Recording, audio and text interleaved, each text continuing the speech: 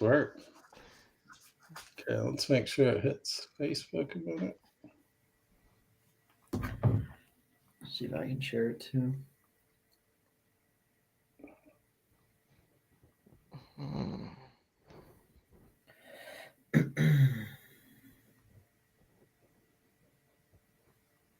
Yeah, I think we're good, aren't we?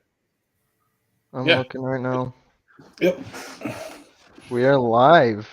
All right, cool. Here we go. Welcome, Tater Sontag. Are we still allowed to call you Tater, or we got to go Michael now? I heard a little discrepancy on the mic the other night. Yeah, on the banquet they're calling me Michael, but I'm sure I'm still gonna stay as Tater. Most people in the RC industry don't even really know my real name's Michael. So, So how did you get that nickname? it all started a long time ago when when I was really little. My favorite movie was Cars, so Mater. And then I don't know how it became Tater, but it went from Mater to Tater throughout the years. It stuck. Yeah, definitely stuck. I don't know. Here's a little fun fact, but you're already on Wikipedia. Did you know that yet? I did not Listed, know that. yeah, you're on the IFMAR Wikipedia page, listed as Tater Sontag. So, Yeah, there's no Michael there, You but yeah, screen share that? yeah, I could right here, right there it yeah. is. 2023 Tater Sondag. There it is. That's pretty cool, That's pretty man. You're cool. the I world. didn't even know they had that website or had that on Wikipedia. That's cool. Yeah, you go under the IFMAR. Um, just Google the IFMAR. Gotcha. So, dude, world champion, man. I know everybody's got to ask you, but so do we. I mean, like, how's it feel? What I mean, what's it? What do you I come home mean, to feeling like? You yeah, beat it's a pretty lot of people crazy. there. Yeah, it's pretty crazy. It still hasn't really fully set in. It still just kind of seems weird to be a world champion, especially because I mean it's my first major win too in modified, so that was definitely weird. But it's awesome for sure. I'm sure it'll be even better when it fully sets in. Think about how all of us nerds racing with you feel. Yeah, yeah. So, anything cool happened? TLR, like buy a new Corvette or anything when you got home? I don't think I'm gonna be getting a new Corvette. No, nothing like that. I He don't said think he's they're gonna be saving buying it. a Corvette. Yeah, all the contingency will definitely be saved. And Cool. some new So, Nikes. I might so have to buy a pair of shoes or two though. yeah, who knows? The cool part about this is you get it for 2 years, right? This isn't, what's the Yeah, next one?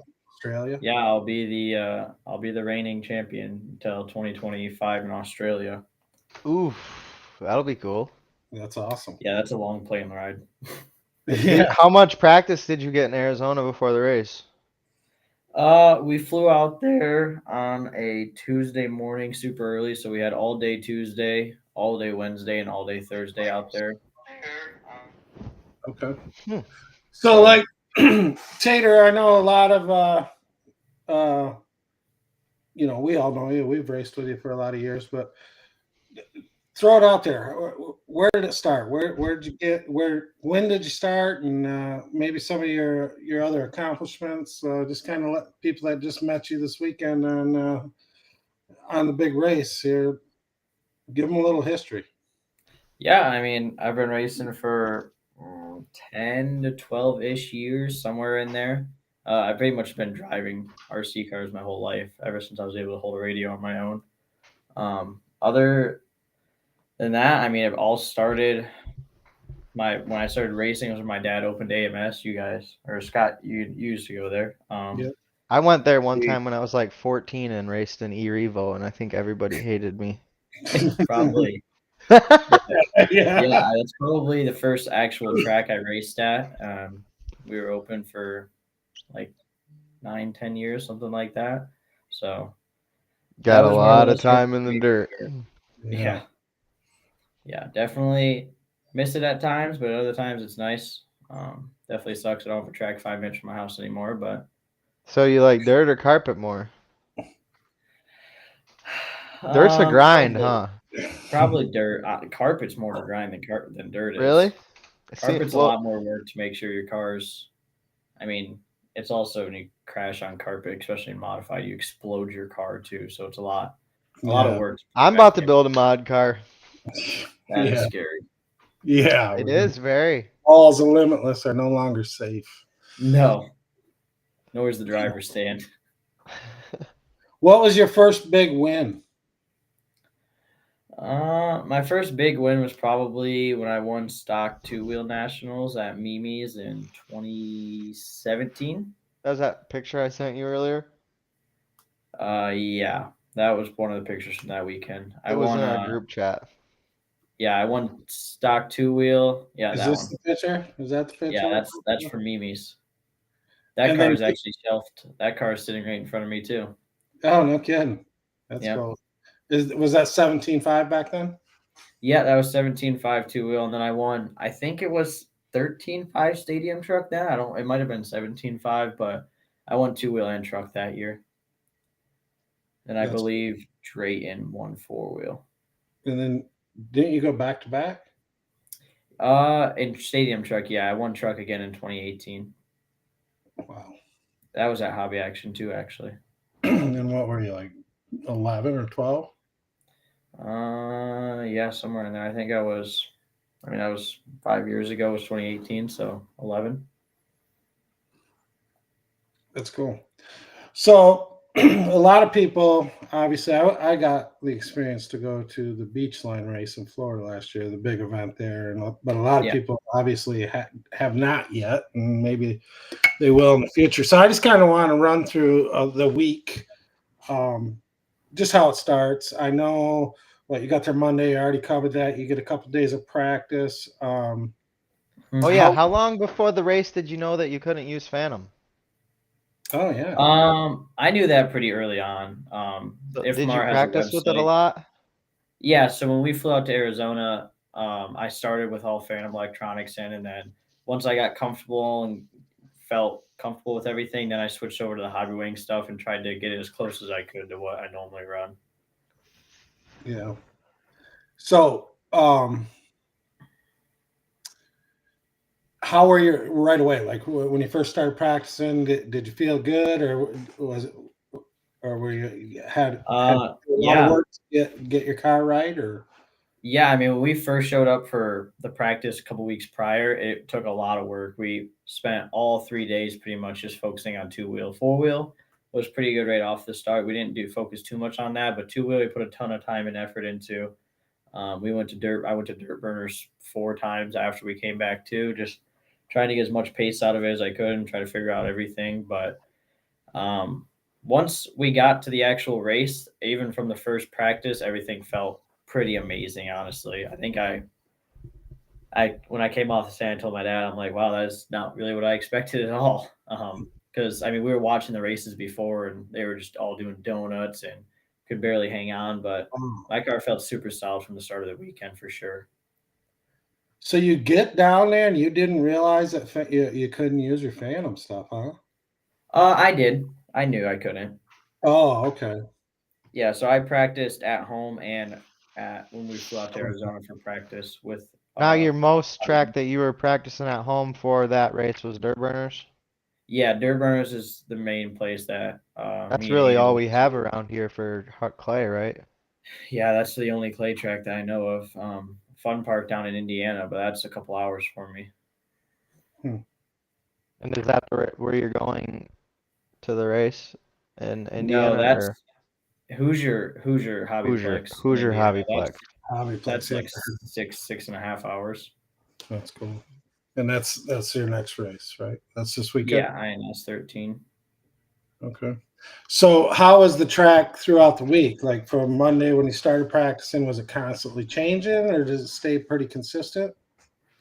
It was really bad at the start for sure. For four-wheel or two-wheel? For both, honestly.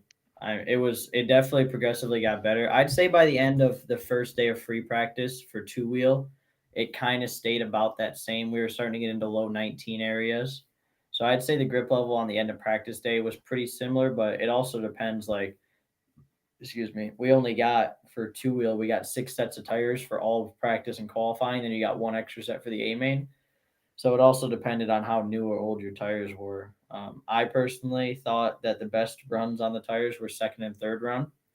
Um, I know some people thought brand new tires were better. People ran like used fronts with brand new rears. They're doing some weird combos like that. Did you go through Um, all your tires? I actually saved. I didn't have to use my seventh set because I was fortunate enough to TQ round 2 and 3.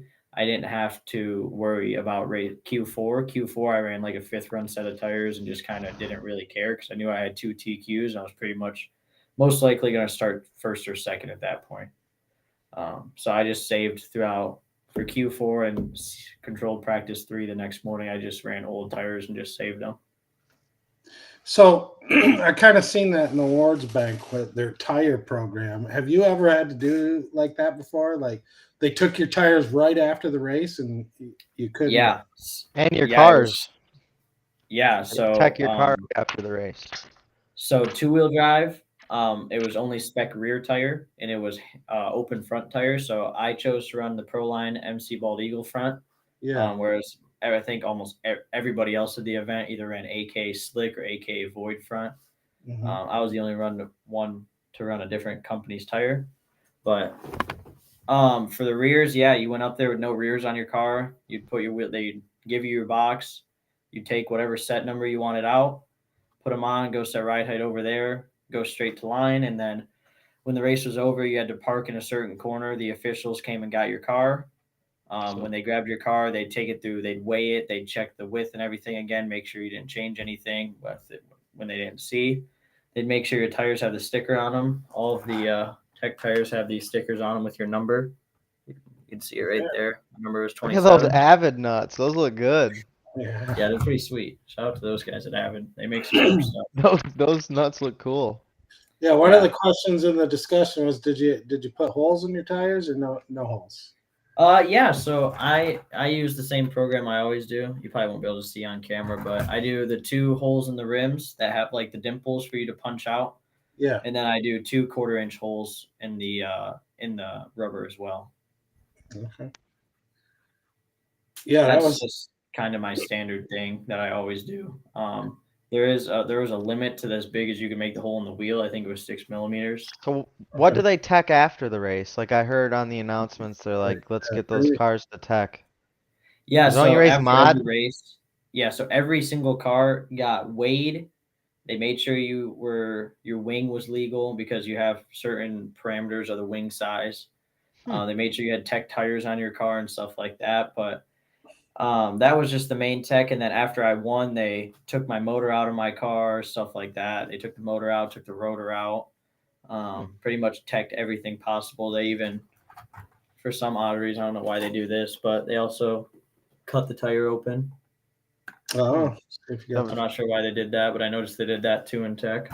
To see if you're cutting foams? To make sure, I think it was to make sure the stock foam was in it is the easiest way for them to see if it was, because you weren't allowed to change anything with the rear tire. The only thing you were allowed to do was glue the rear foam.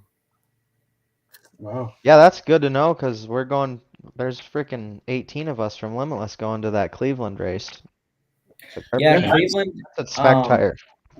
Yeah, so I don't know what Cleveland's rules are, if they allow you to cut foam or not, but. Well, no, I think they give you pre-mounted tires, don't they? Do they? I don't I'm remember. not sure what they do for that. Yeah, I don't remember. I thought I don't remember what we had. That's what I was told. They give you tires, you got to supply rims for the Cleveland race. You're not racing the spec tire though, and mod. That's open tire, right? Yeah. Yeah. Are you racing mod there, Hot Dog? Are you gonna be in the same heats as Tater? No. Oh, okay. That is. I know. Yeah, Rob Coolza clicked in and said, yes, you glue them. They must watch you glue them because you're not allowed to cut foams or anything. I believe only tire gluing on the sidewalls is legal. To answer your question, Ben, the only place I added weight to my car was the front brass kick-up shim. That's the only place I added weight to my car, and that was just to get more weight transfer to the front and the back of the car. which overall will just give you more steering and more grip in theory. So you're going through the week. Obviously, you're on the TLR team. Do you do all your own setup, or do they got a couple mechanics that help you out when you get at your level, or how does Yeah. that work? For the most part, I try to do all my own work. We were fortunate enough to have Frank come back. He's the I believe his title is the product developer or something like that. He's the one that designs all the 10 scale cars. So we were fortunate enough to have him back because he's been working on the dirt bike for the past couple of years. So it was cool to see him back. He helped a bunch.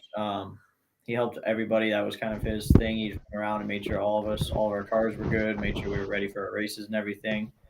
And then my dad was there with me, so if I needed him to help with anything, he could. And then we always have Thomas there at most of the races. So if we ever need anything done, we have a A couple dirt guys. bike? Oh, Do you got a dirt bike? I do have a pro moto.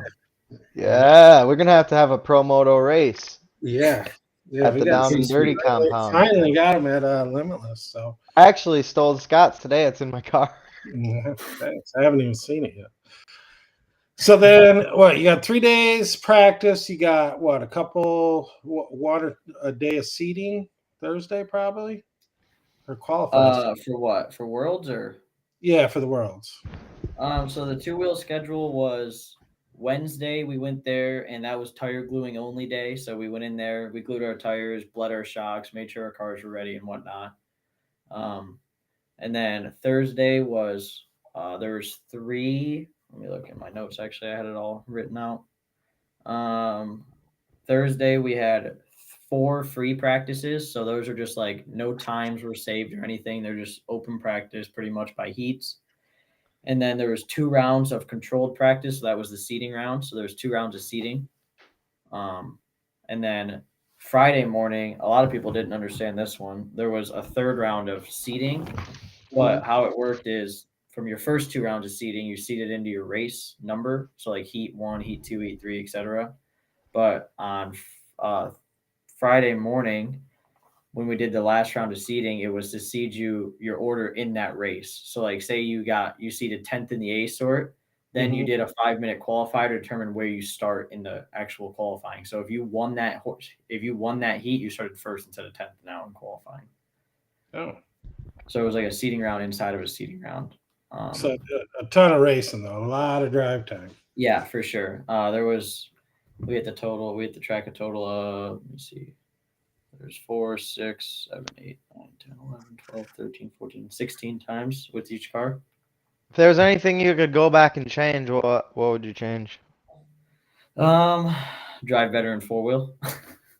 I kind of figured Obviously, that's there's what nothing I'd want to change with 2-wheel. 2-wheel was pretty drove any better in balanced. 2-wheel, really, huh? Yeah, really. Yeah, there's not much I could have done better. I mean, I guess I could have TQ'd round 5 instead of getting 3rd, but I'm not gonna go ask for that. Everything happened for a reason, so. Right, absolutely. Oreo looks like, I don't know. I was watching the second or third qualifier, and you had the fast lap, I think, of that race. So I was like, oh, he's on, man. Yeah, the 3rd qualifier was probably my best drive of the weekend. I think I only made one small bobble, and that was just getting on the gas a little too early, so it wasn't actually too big of a mistake. But everything else, like Q2 when I TQ'd was a good run, but Q3 was probably my best drive of the weekend for sure. Okay. So that's what you get top qualifier in 2-wheel, and then it's starting to become like a reality. Like, holy crap, I got a shot at this thing. Yeah, it was pretty crazy. I TQ'd 2 rounds and I'm like, wow, I'm like that Pretty could good be that night, huh? TQ. Yeah. I definitely caught me by surprise, especially because I had pace in 4-wheel, my car was dialed and everything. I just didn't drive the best. So it was definitely good to do good in 2-wheel qualifying. Then after I got the overall TQ, I'm like, we got a shot at this one. Yeah, right. And That was luckily awesome. luckily my car was good enough to where I didn't really have to drive super hard and everything in the main. So I was just able to drive around, and I knew if I just drove around that nobody would really be able to just pass me and blow by me. So How'd you guys celebrate the W? we didn't really celebrate. We went to the awards banquet, and then after that was over, after we did the trophies and everything, me, Thomas, and my dad and I believe Cole came with us too. Went back to the Airbnb and just went to bed because we had a 4 a.m. flight the next day. Shoo, buddy. Yeah, no kidding. So when you get the TQ, like who, if you pick the lineup, who do you want behind you, or who don't you want in second and third? Like who makes you race better, and who is the guy you don't want to race with? I was actually me and Aiden Everybody. actually went golfing today, and I was telling him this when in A1 when he got to second, that was like the best case scenario for me because obviously he's one of my best friends. So Yeah, we I watched know that.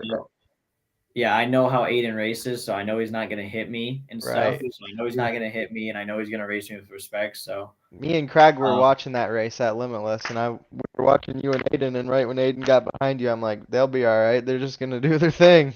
yeah, I mean, that's probably the least amount of pressure I could have is with Aiden behind me. Is just because I mean we race so much at home at all the different tracks, so it just kind of felt like a club race in a sense, with a lot more people watching.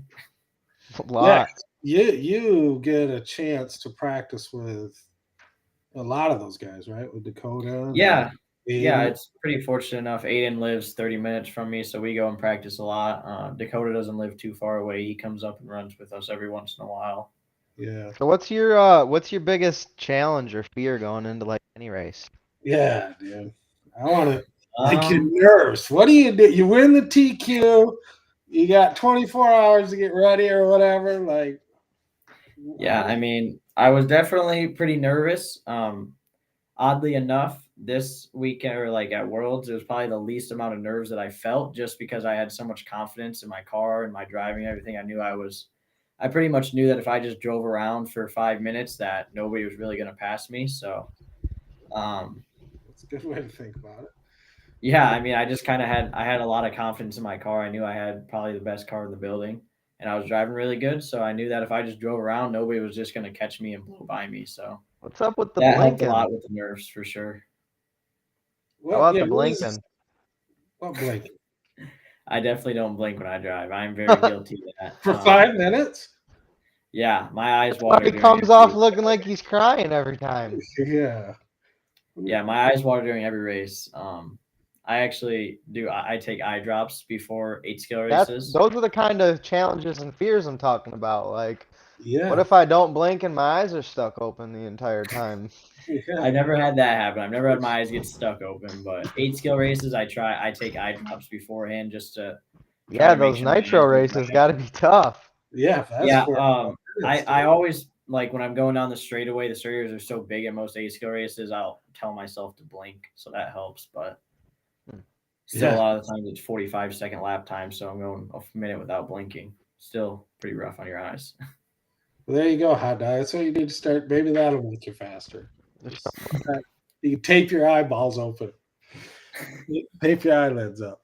That's the trick, guys. Just don't blink. Don't blink and you'll win a big race. So Yeah, I mean, for sure, it could definitely affect you. I mean, especially if I'm out there and when me and Aiden were battling, if I blinked for even a second, who knows? I could have hit a pipe and yeah, it would have been over.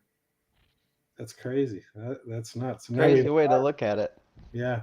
So on that Well, last when you're racing for tenths of a second, think about how long it takes you to blink. That's a Yeah. tenth of a second, probably. All right. So on that last day of racing, was there any issues on the track, or were you just dialed in? Like, I mean, A1, I definitely had my fair share of mistakes. I got super lucky. I'm sure the guys that watched saw I spun out on the face of the triple on lap 1. Yep. And I got lucky that it just happened to be Spencer just happened to hit me right as he was going up the face, and unfortunately he ended up upside down, and I somehow landed on my wheels. I actually There was a didn't whole see the pileup, contact with the wasn't track. there? There was a pileup behind us, yeah. But yeah, I was pretty lucky. I was pretty fortunate to land on my wheels.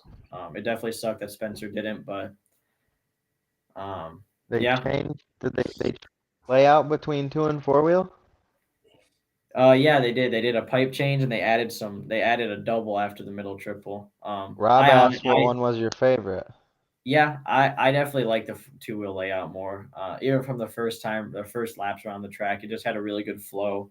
The whole coming out the straightaway, the double, single onto the front section. That section, if you hit it right, had a super good flow and just felt super natural.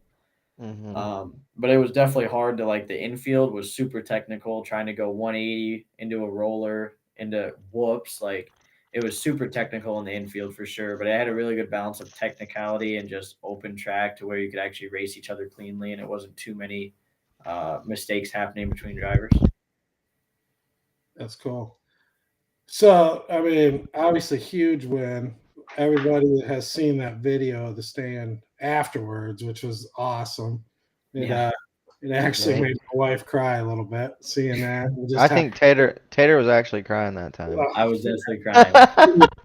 dude, that was awesome. So I think that, I was crying. yeah, and just having all, I mean, that's the world, man. You got the best in the world. Just and they see everybody seems so pumped up that Yeah. you beat them.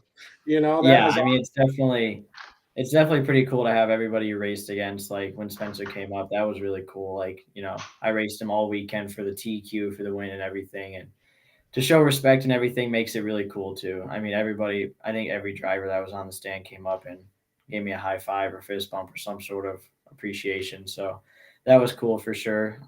There's definitely a lot of emotions. I will say Jackson, the guy that got to me first on the driver's stand, yeah, scared the crap out of me for sure. I was not expecting him to be there that fast. right. I And there knew was they a were guy going to run up still on the finishing stage, the but race. yeah, I've watched that video like 4 times in your face after the 5 minutes. You were just like, "Holy shit, I did it." Yeah. yeah, it was definitely I pretty was crazy. thinking too, like all the guys were still finishing the race. Hopefully, there wasn't like a battle for 6th or 7th because there was a big party going on behind them. Yeah. That was cool. Yeah, that's awesome, man. That was super cool to watch. And so I know, like, I don't know the age I started when I first met you, but you were just a little kid, and you've always had that unique style of driving. Like, I don't know how many times I've heard people say, like, you can do things with an RC car that nobody else can.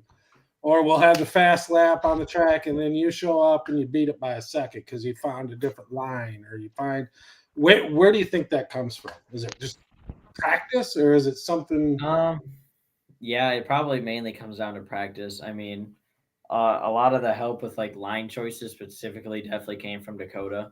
He's been helping me a ton the past couple of years with just my driving and stuff, and just It's kind of those just trying to connect all the corners together. That's the hardest part about racing is just sometimes what you think's the fastest line is not always the fastest line because you want to try to connect every corner together to make everything flow and be as smooth as possible. Because say you want to go inside on this corner, but if you go inside on that corner, now you're on the outside of the next corner. Sometimes being right on the pipe's not always the best idea, and how fast you're entering corners and stuff like that. It all connects. The whole track corner to corner connects to each other. So that's the I guess simplest way to put it is connecting your corners, but it's definitely pretty complex. Like when I look at a layout for the first time, there's a lot going on in my head to try to that's where you process. lose all your speed is the corners. Yeah. Yeah, that's where you win and lose races and all of the corner speed, for sure. Huh. Then what about the crazy whips and jumps you do? Is that from hours of just sitting at the track jumping and Yeah, jumping? that's a lot of That's that's yeah. that's why they all do the little turning their wheels thing when they go over the jumps with confidence. Yeah, I I just mean, it's for sure a ton of repetitions of just jumping over and over and over and over and over again. I couldn't even imagine how many jumps I've hit throughout my career, but yeah. there's Can't hit always, them. if there's a jump into a corner like coming onto that back straightaway at Worlds, you wanted to pitch your car a certain way so it would land smoothly and you could transition.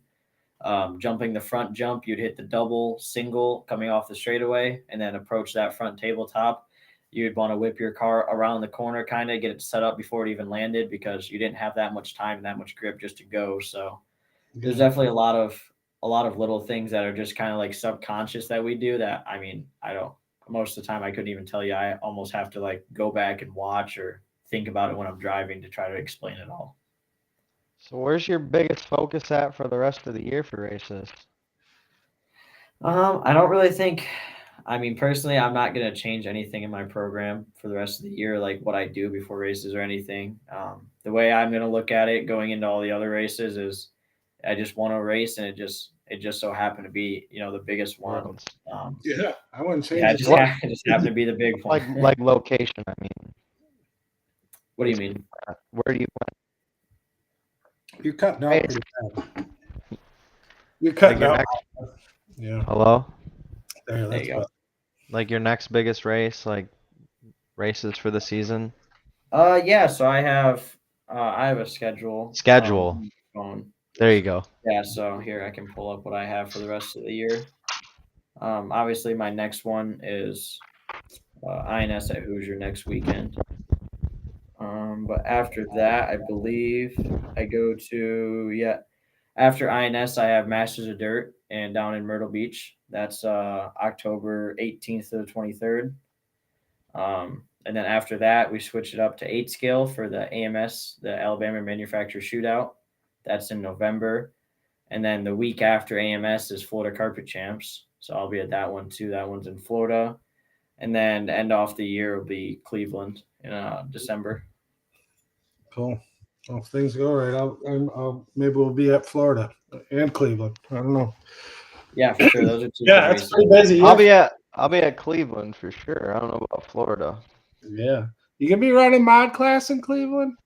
Hot dog? Me? No, you already asked that. Oh, I didn't hear you. That'd be scary. That's a small track for Hot Dog to have a mod mode. Yeah. He is.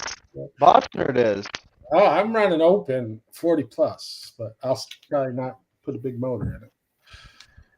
I'm just What there. kind of miracle I'm just deal there is- for the support. I'm there for the support. So To answer your question, Rob, when COVID happened, my school started offering online schooling through our school, so I do online schooling through Goodrich still. So pretty much, how it works is I get all my schoolwork for the entire year handed to me on the first day, and then I can do it all at my own pace. And as long as it's all done by the end of the school year, then we're all good. So I'm able to work while I'm at home and do as much as I can while I don't have anything else to do. And then that way I'm ahead. So when I go to races, I don't come back behind. What kind of hobbies outside of RC cars do you got? I want to know: do you get extra credit for being the world champion at Goodrich? I doubt it. No? I doubt they're gonna give me an extra credit. My main hobby is probably golf. I go golfing. I try to go golfing at least once every other week. I shoot for once a week. We still haven't been golfing. I know we Yeah. need to go, Yeah. but So for all of us, besides video games, I play mainly Apex now. That's the game I've been playing a bunch. Me and Kyle Go and Corey Daniel play that almost every night, so that's always a good time. Play games at Seaside. Jesus, Steve, we're not bringing up Seaside. That's in the past. so for all of us, just club racers and the people that are getting into it, obviously this sport is pretty expensive before you even put your car on the track. Like, Yeah. you're telling a person that's just getting into it, if they were going to invest most in one aspect of it, what do you think is the most important thing you would tell somebody to, like, don't save your money on this? Or is it a radio? Is it electronics? What would be your go-to? Yeah, that's hard. I mean, obviously, you're gonna want a car that's supported by your local hobby shop. So the chassis brand. So say you go into your local track and you look at the first wall and you see a ton of TLR parts and not very many associated parts, or vice versa. Definitely, you want to get the car that's going to have part support for you at the track in case you do break. Mhm.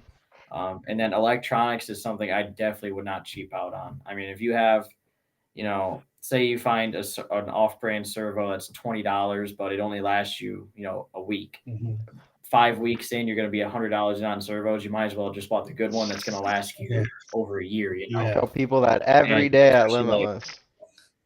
Like Phantom servos, I think they're like $20 for replacement gears. That's only what goes bad. You just throw new gears in it. If it does go bad, then you get a whole nother season out of it almost. So That's cool. Besides Limitless RC's track, what's your favorite track in the world? Besides in the world, Well, carpet, I'm carpet, dirt, and clay. I'm gonna have to go with where 8 scale world was last year. RC Redovon. That track was unreal to drive on. The elevation they had, and then they had these brick sections that were all brick pavers. Mhm. So they were just square bricks that were just perfectly put together, and they had a 6-pack of rollers and everything. It was crazy what those guys overseas do with brick. That blew my mind for sure. But that track was awesome. What was The that depth track called? procession, challenging. RC Redavon. Are you going? It's in Alicante, Spain, I think. Are you going overseas anytime soon again for a race? I don't know if I'm doing anything next year. They have the Nitro Buggy Worlds in Brazil next year. I don't know if we're doing that one. Brazil is a pretty sketchy Yeah. part of the country that I'm not looking forward to going to. Right. So, yeah, we might be doing that next year. If not, Australia Worlds in 2025 for sure. We'll be at that one. Besides, like Hot Dog was saying, besides racing RC cars, what else do you do RC? Do you bash, you crawl, you do anything? Boats? Dirt bike, you said you had I've done a little bit of bashing. I have a low-C laser nut, it's called. It's like a kind of like a beefed up four-wheel short course in a sense with big old tires on it and way too much motor. Yeah. That thing's super fun. That thing rips. Way too much motor. Oh, it's got way too much motor for it. It is so fast. But that's what makes it fun. That's too, one RC car that I've never had. Maybe we should get a laser nut, Scott. Does it brake a lot? They are sweet. I'll have to bring mine up one day and we can drive it around. Does it brake a lot, or does it take some beating? I never broke it. Never broke it? Wow. Sounds like a challenge. Yeah. Oh, he knows how to drive an RC car. Unlike you. All right. But that, I mean, I've driven the dirt bike a couple times. That's cool. You slap a phantom motor in it yet? He doesn't need to. The loves. I do not. What does that have? Spectrum? Just the. Yeah, all the electronics in that Spectrum. Yeah, we'll have to try one of those, Hot Dog. Get some videos. I am not the one that smashed it into a car, Justin. That video is hilarious, though. Oh, I want to see it. It just dents the whole rear quarter panel of a car in a parking lot. That was gnarly. Of your low-C bike? No, there's a video on TikTok I saw like a long time ago when the bike first came out. They jumped this skateboard ramp and it landed right in the back of a car and just dented their whole rear quarter panel in. No kidding. Have you had a chance to run the dirt bike quite a bit? I've driven it a couple times, nothing too much. I have one, but my dad doesn't let me drive it because it's his. So that one's never seen here. But I've driven other ones. Did he have to do any upgrades to it, or did he? I haven't even got to play with mine yet, so I was just wondering. I don't know what upgrades have been done. I know the only like upgrades I know of when I was out there testing in Arizona a couple weeks prior, we were at Mayfield's house and he broke the supports for the front fork, so he had like turnbuckles on there and stuff. Mm-hmm. But that's really the only like difference I've seen. I know they make all the aluminum parts that are anodized different colors. Yeah. Phantom hopped all their shit and their shit hopped it up pretty good. Your speaker's off again, Hot Dog. You're a mess over there at the Fenton headquarters. You need a new microphone, dude. You were talking about being the only one with a headset, and look at your headset. Yeah, right. Oh. You know what you need to do is put that headset in the dumpster at Limitless, and then come up with. I have not ran the dirt bike on a track yet, Justin. Just around in grass and dirt and stuff. Yeah, I know the guys. Is that better? Yeah, there you go. The guys. I switched it to the camera. Yeah. Yeah, that's much better. Yeah. But Tom, I said Phantom slapped a bunch of goodies in theirs, took the guy off of it, and said it drove better. Yeah, it's just a turning issue. Tom, yes, I am gonna retire the two-wheel. It's actually sitting right next to me right here. This is exactly how it came off the track. I never even took the wheels off. I made room in my suitcase so I could fly home with all the wheels and everything on it. So it's exactly how it came off the track. It will never be touched. Nothing will ever be taken off of it.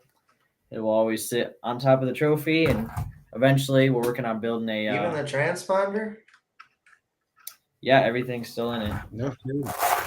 He said, just buy another transponder. It's all right. Yeah, look at that. Yeah, the positive wire is actually still plugged in. I mean, that is a world champion transponder. Yeah. I mean, you don't have too many of those laying around. Championship cars. I mean, if you wanted to donate it to charity and have us raffle it off on the donor club, you just let me know, Tater. I do have some. I do have some tires. Some of the tires that I ran in 2-wheel and 4-wheel. Oh, that'd be cool. With me, so yeah, I brought some of them home for some people. They asked for them, so I'll hand those out to the people that asked for them, and then what I have left, we can raffle off for sure. Oh, that'd be awesome. Sign them. Yeah, you're sitting. Tater. So, what else we got here? Not much. For all the ladies out there, you got a girlfriend yet, or is the world champion single? I'm happily single. Oh, all right. There you go. You're out on Facebook now. This is the most views we've ever got. So careful.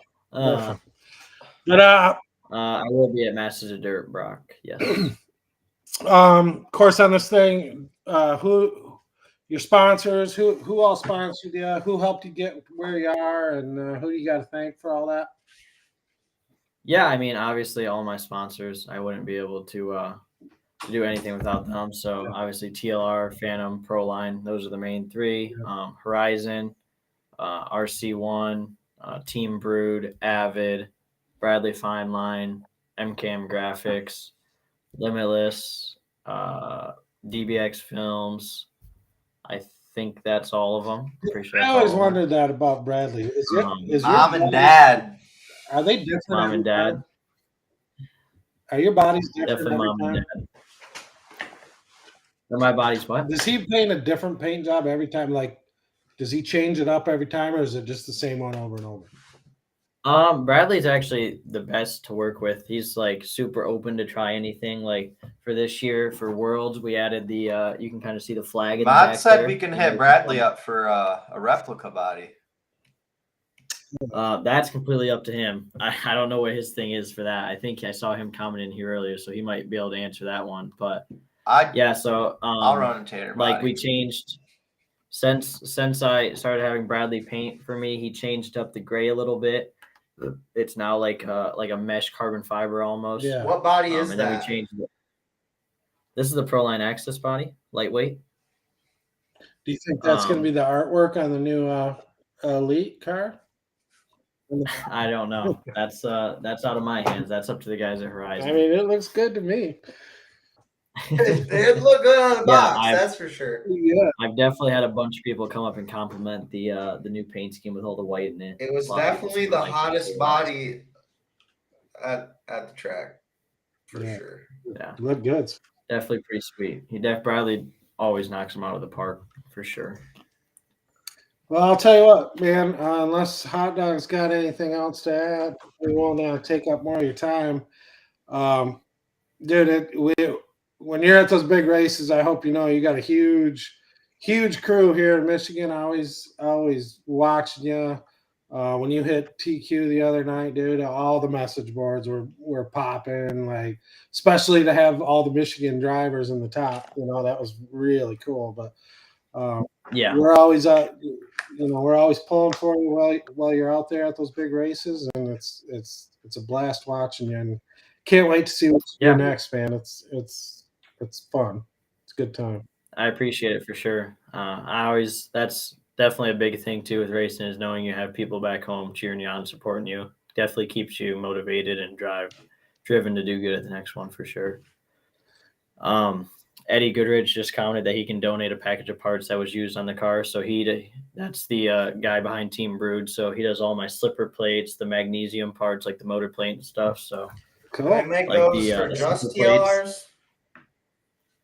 He does stuff for associated cars too, and I believe he might have it for some other cars. But I ran the Team Brood TLR XL slipper plates for the slipper, the magnesium motor plate, and the magnesium idler shaft. Is that like lighter, magnesium motor plates?